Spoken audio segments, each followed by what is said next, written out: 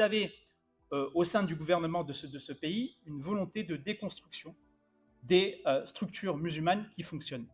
Il faut bien comprendre que le temps médiatique dans lequel cette dissolution est intervenue était particulièrement bref.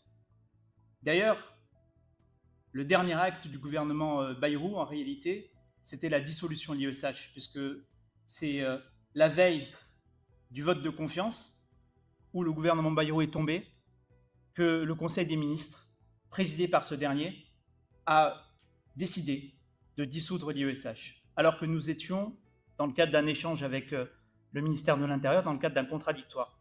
Le décret de dissolution est construit sur deux fondements d'après le gouvernement. Un, l'incitation à la haine. Deux, la provocation à la commission d'actes de terrorisme.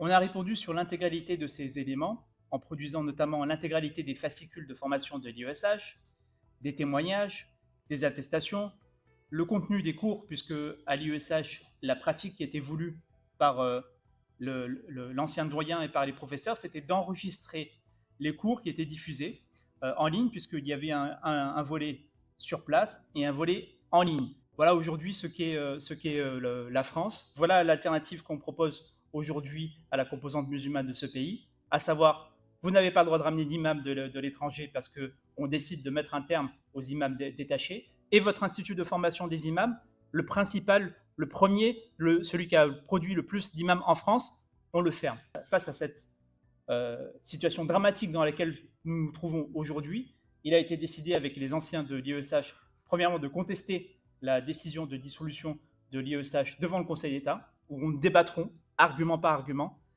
page par page, ligne par ligne, de ce qui est reproché par le gouvernement à l'IESH, à ses élèves, à ses enseignements et à ses enseignants.